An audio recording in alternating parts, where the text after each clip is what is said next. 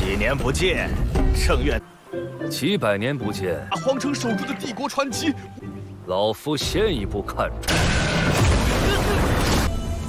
多谢。星痕学院确实不凡。前辈，再打下去，前辈，这可能有些误会。Halo guys, balik lagi bersama Mimin from Zero.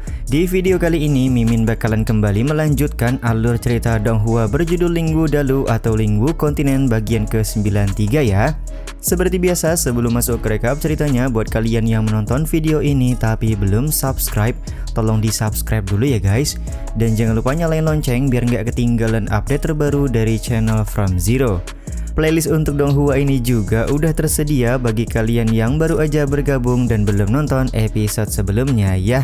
Ya udah deh, nggak usah berlama-lama lagi, langsung saja kita ke rekap ceritanya guys.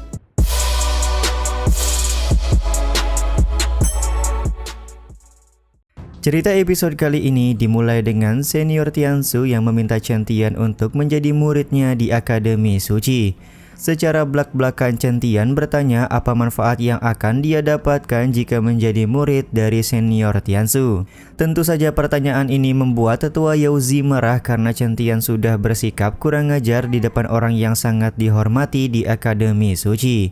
Chen Tian kemudian mengembalikan omongan tetua Yaozi dengan berkata apakah tetua Yaozi sedang memberikan ancaman kepadanya. Tiba-tiba saja retakan ruang muncul di sekitaran mereka, yang mana retakan ruang ini disebabkan oleh pendiri Akademi Xinghen yaitu Dao Bugu. Kedatangan Dao Bugu kali ini tentu saja karena dia tertarik dengan bakat Chen Tian dan ingin menjadikan Chen Tian sebagai muridnya di Akademi Xinghen. Kedatangan Dao Bugu ini membuat Tiansu kesal karena setelah lama tidak muncul, kok tiba-tiba dia ingin menjadikan Chen Tian sebagai murid.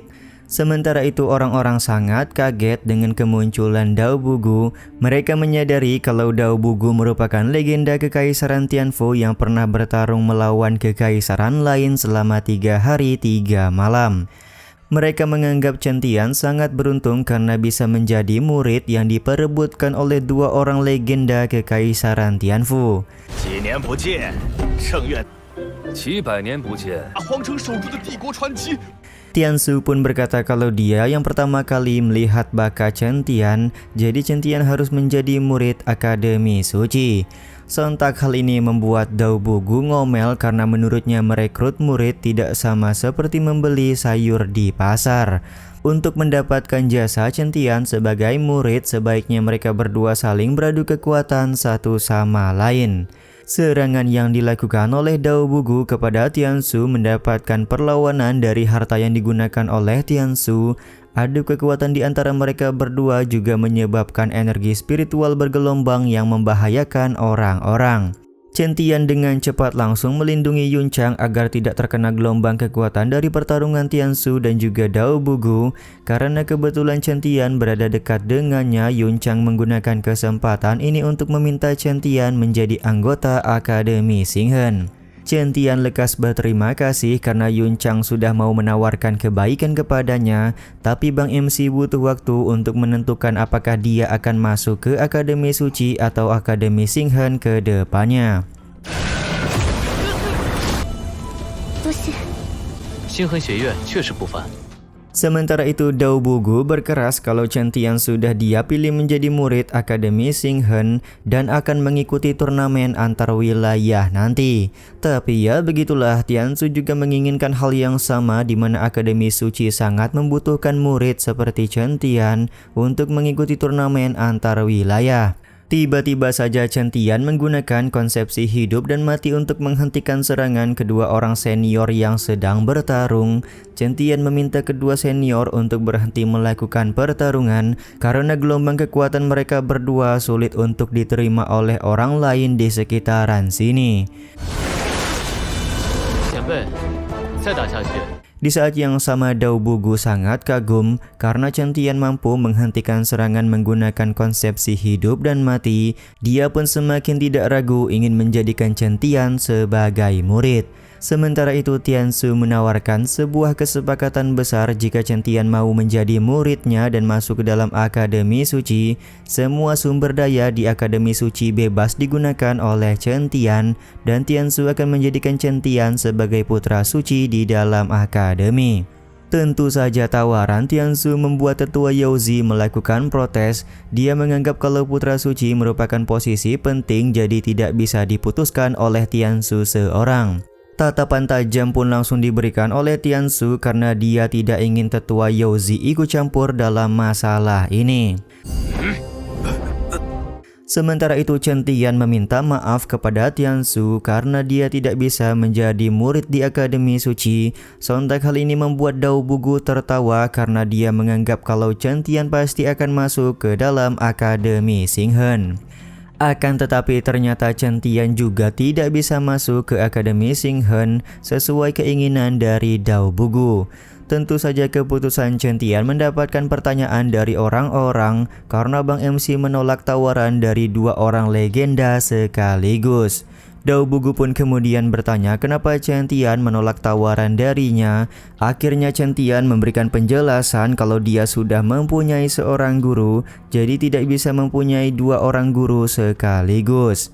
Penjelasan ini membuat Dao Bugu kesal karena kok ada orang lain yang berani menjadikan Chen Tian sebagai murid mendahului dirinya. Dia pun meminta Chen Tian untuk memberitahukan siapakah orang tersebut. Chen Tian mengabarkan kalau gurunya melarang memberitahukan namanya kepada siapapun, tapi sang guru sudah meninggalkan secercah kesadaran jiwa di dalam tubuh Bang MC, jadi Dao Bugu bisa merasakan kekuatannya. Tanpa keraguan Dao Bugu langsung meminta Chen Tian untuk mempertemukannya dengan sang guru agar dia bisa melihat seberapa kuat guru dari Bang MC. 我也不会拜前辈为师， 敢抢我道不孤的徒弟！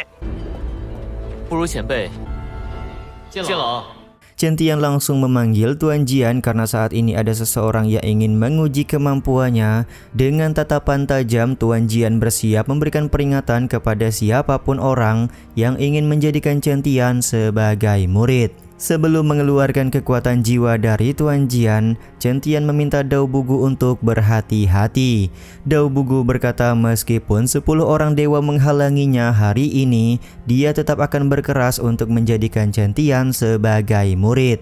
确实欠收拾，要算你师尊亲临。 Chen Tian kemudian menggunakan kekuatan matanya agar Dao Bugu masuk ke dalam ruangan jiwa dari Tuan Jian. Betapa kagetnya Dao Bugu setelah mengetahui ada kekuatan dahsyat yang sudah menjadikan Chen Tian sebagai muridnya. Dia pun langsung meminta maaf kepada Tuan Jian karena sepertinya mereka hanya sedang salah paham saja. 前辈，这可能有些误会。 Setelah Dao Bugu keluar dari ruangan jiwa, dia langsung muntah darah karena tak kuasa menahan kekuatan dahsyat dari Tuan Jian. Situasi ini pun membuat Tiansu kaget dan penasaran siapakah gerangan orang kuat yang mampu melukai Dao Bugu seperti itu. Chen Tian kemudian bertanya apakah Dao Bugu baik-baik saja, dan dengan jelas Dao Bugu langsung berkata sepertinya dia dan Chen Tian belum ditakdirkan menjadi guru dan murid hari ini. Jadi tentu saja kedepannya dia tidak akan pernah memaksa Chen Tian untuk masuk ke dalam Akademi Xinghen. Chen Tian kemudian meminta maaf kepada Dao Bugu dan Tiansu karena dia tidak bisa menjadi murid di Akademi Suci maupun Akademi Xinghen. Tapi di satu sisi Chen Tian juga bingung karena dia cukup mengagumi akademi yang berada di Kekaisaran Tianfu saat ini. Akhirnya Dao Bugu pun berkata kalau Chen Tian akan mendapatkan hak bebas untuk keluar dan masuk ke dalam Akademi Xinghen, atau dengan kata lain menjadi murid khusus. Jika Chen Tian merasa bosan, maka dia bisa pergi dari Akademi Xinghen kapanpun Bang MC mau. Ternyata Tiansu juga menawarkan hal yang sama. Dia juga memberikan kebebasan kepada Chen Tian untuk masuk dan keluar dari Akademi Suci, serta membebaskan Chen Tian untuk menggunakan sumber daya kultivasi di dalam akademi. Kedepannya jika Chen Tian memilih Akademi Xinghen atau Akademi Suci, Tiansu dan Dao Bugu tidak akan memberikan halangan.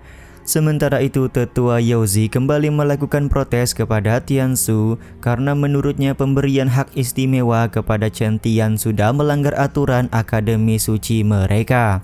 Belum selesai tetua Yauzi berbicara, Tiansu langsung memberikan tampolan karena dia sudah cukup bersabar atas mulut Yauzi yang banyak bacot sedari tadi. 去星痕还是来圣院？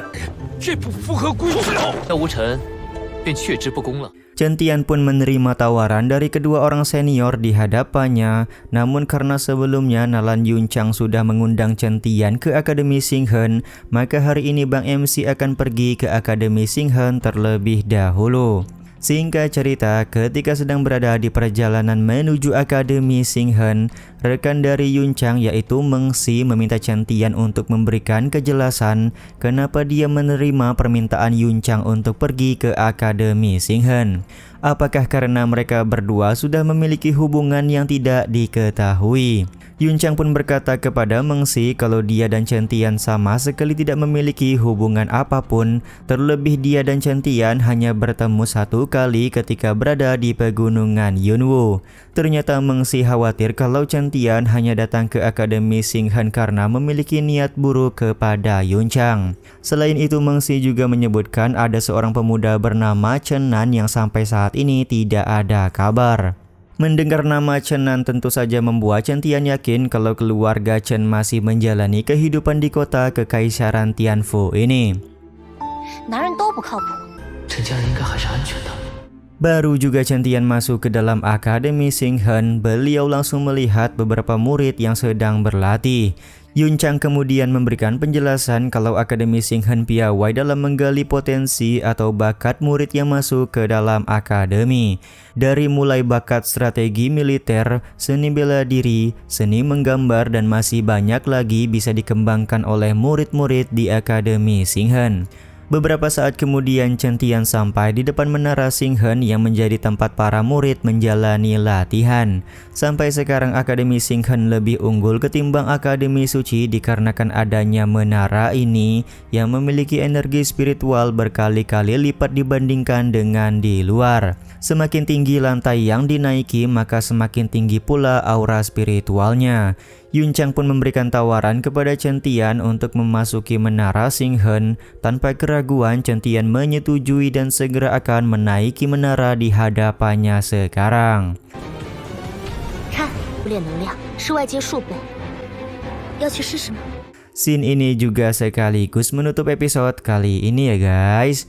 Ya udah deh, sampai di sini dulu aja video kali ini. Mohon maaf jika masih banyak kekurangan dan kesalahan dalam penyampaian kata-kata ya. Terima kasih untuk kalian yang udah pada nonton dan jangan lupa subscribe serta nyalain loncengnya ya guys. Mimin selaku penulis narasi, tukang voice over dan tukang edit video pamit undur diri. Salam hangat, see you in the next video. Bye bye guys, see you next week.